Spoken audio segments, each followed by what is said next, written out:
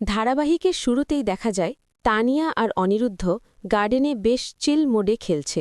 অন্যদিকে নয়নতারা বসে তানিয়াদের দিকে চেয়ে বিড়বিড় করে বলে, যদি আজ সবাই ট্রুথ জেনে যায় তবে তো বড় ডিজাস্টার হয়ে যাবে।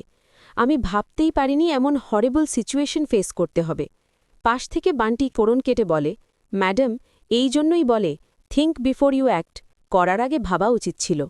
নয়নতারা একটু কনফিউজড হয়ে ভাবে যে বান্টিও কি সব সিক্রেটস জেনে গেল নাকি। কিছুক্ষণ পর সে বান্টিকে সাসপিশিয়াসলি জিজ্ঞেস করে যে সে কিছু শুনেছে কিনা। বান্টি চালাকি করে বলে, না না, আপনি খুব ডিপ্রেসড আর আপসেট হয়ে আছেন দেখে কথাটা বললাম। শ্যামলী এরপর তানিয়ার জন্য একটা নতুন সাইকেল কিনে এনে তাকে গ্র্যান্ড সারপ্রাইজ দেয়। তানিয়া তো মহাখুশি, কিন্তু বানি সেখানে খাবার নিয়ে এসে একটু শকড হয়ে যায়। সে শ্যামলীকে বলে, মামুনি, এটা তুমি কি করলে?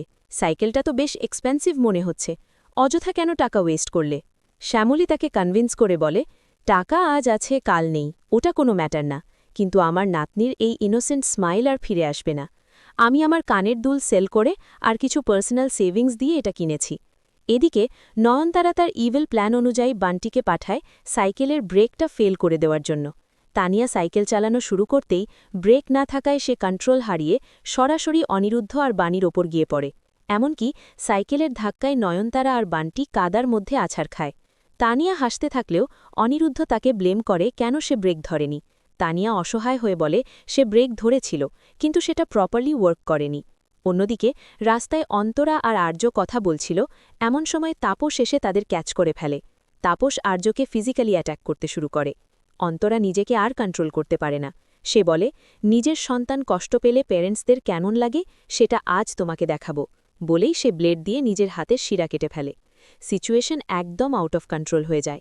রাতে অনিরুদ্ধদের বাড়িতে সবাই যখন ডিনারে বসেছে, সাথী তখন অনিরুদ্ধকে ফোর্স করে অন্তরাকে একটা ফোন করতে।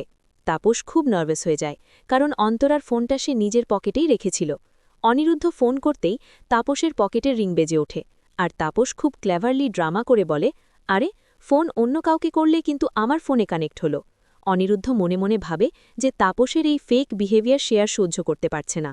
পরের দিন তাপস অনিরুদ্ধকে দুর্গাপুরে পাঠিয়ে দেওয়ার প্ল্যানিং করে, যাতে সে সিক্রেটলি অন্তরার বিয়েটা সেরে ফেলতে পারে। কিন্তু অন্তরা লুকিয়ে বাণীকে ফোন করে সব ইনফর্ম করে দেয়। বাণী আর আর্য তক্ষুনি মন্দিরে পৌঁছে যায়। সেখানে তাপস তাদের বাধা দিলে বাণী বলে, মেসমশাই, এভাবে জোর করে বিয়ে দিলে অন্তরা কখনোই হ্যাপি হবে না। তাপস পাল্টা রিপ্লাই দেয় যে অনিরুদ্ধর করা মিস্টেক সে দ্বিতীয়বার হতে দেবে না। আগামী পর্বে দেখা যাবে অনিরুদ্ধ সবার সামনে এসে তাপসকে সরাসরি চ্যালেঞ্জ করে বলছে, বাবা, সবার সামনে এবার কনফেস করো যে অন্তরা তোমার মেয়ে। এই কথা শুনে সাথী একদম টোটালি স্পিচলেস হয়ে যায়।